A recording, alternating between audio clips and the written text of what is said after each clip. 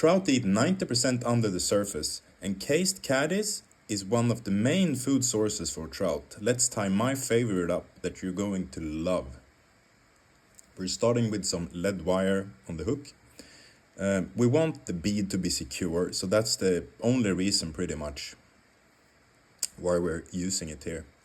This is 0.1 millimeter, so we're just gonna secure it here on the hook shank, and we're gonna start making the fly. So case caddis is one of my most productive flies when I fish for big trout. I don't know how many 5-pounders I have caught with this pattern. It's an insanely good fly, and in the end of the video you will see how realistic it looks, so just follow through and tie it up with me. So we're just securing the lead a little bit here. A little bit there, and we go all the way back.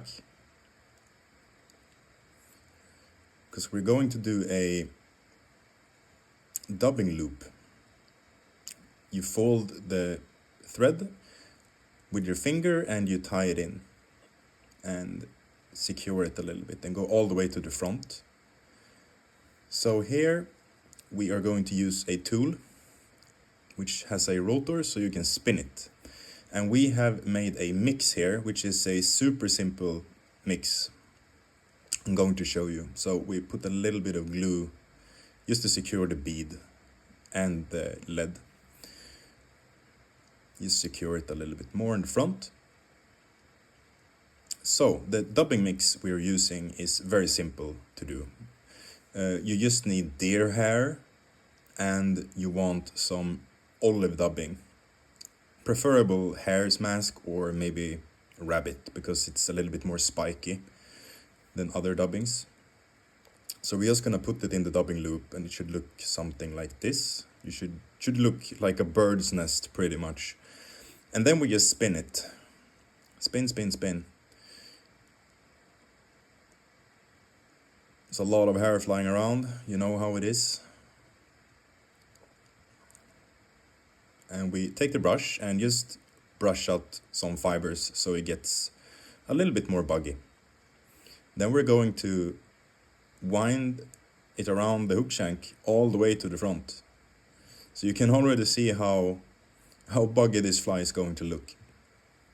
But we're going to do a few steps here very soon so you can see how good this fly is going to look. And we're using a 3.8 millimeter bead, so it's a little bit bigger bead, which we want. The fly should sink fairly quickly to the bottom, and that's also why we're going to use a scissor to cut all these bird nests away. So it will have a pretty slim body, which the case caddis also have, a very compact body. So this fly will have no problem sinking to the bottom. Just gonna secure it a little bit more. Perfect. Take the brush a little bit and just go bananas on all sides. And the deer hair makes this fly look amazing. It looks very realistic actually when we use the scissor here. So now we're just gonna cut a little bit around. We're gonna form the body basically, so we just cut off all the excess we can see pretty much.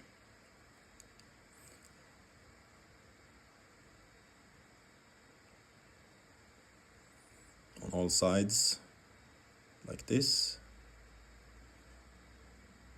and underneath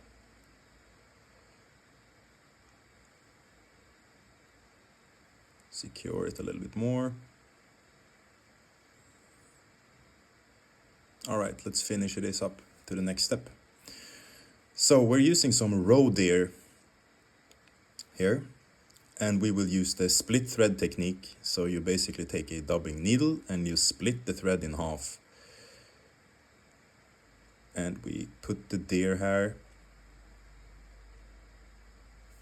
just like that. Deer hair can be a little bit tricky to work with if you haven't done it before. So just take it a little bit easy. We push in the legs a little bit so it's not too much excess on the other side. And then we put the finger on the thread and we spin the bobbin.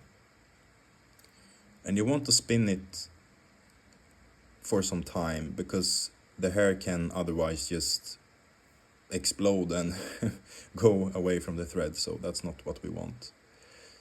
So just spin the bobbin a few times until you can see the hair is stuck on the thread properly. Then we're going to go close to the bead and we pull the fibers backwards, meanwhile we tie it in. A few secure laps around the bead and pull a little bit. And we're going to whip finish.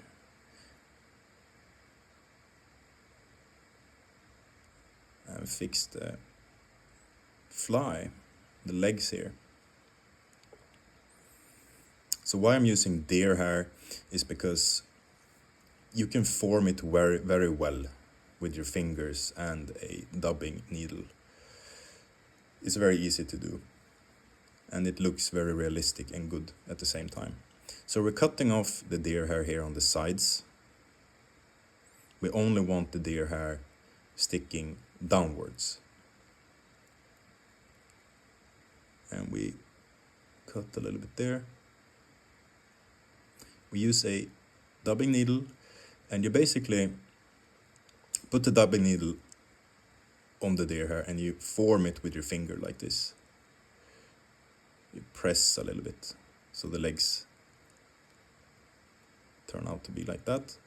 We cut off the excess here on the fly, we trim it nicely. You can take your time doing that because you want the fibers to be very small. You want the fly to be compact. So we're going to fix the legs a little bit more soon, so we're cutting off all the excess we can see.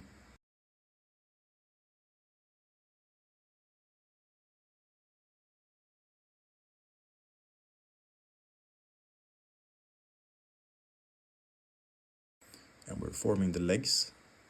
You press it and use your finger to just pinch it like this.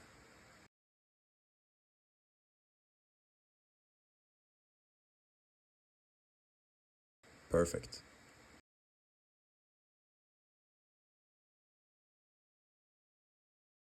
Trim a little bit more.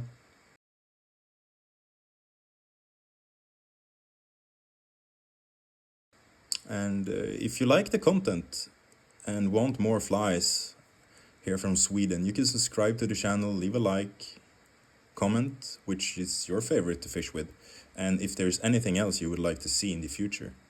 So we brush out the fibers a little bit more because we want to keep the bugginess as well. So we're just gonna cut a little bit more, like that. So yeah, this is the cased caddis that I'm using, and I really believe you would have an awesome time on the water if you tie up a few of these. So I'll catch you in the next video.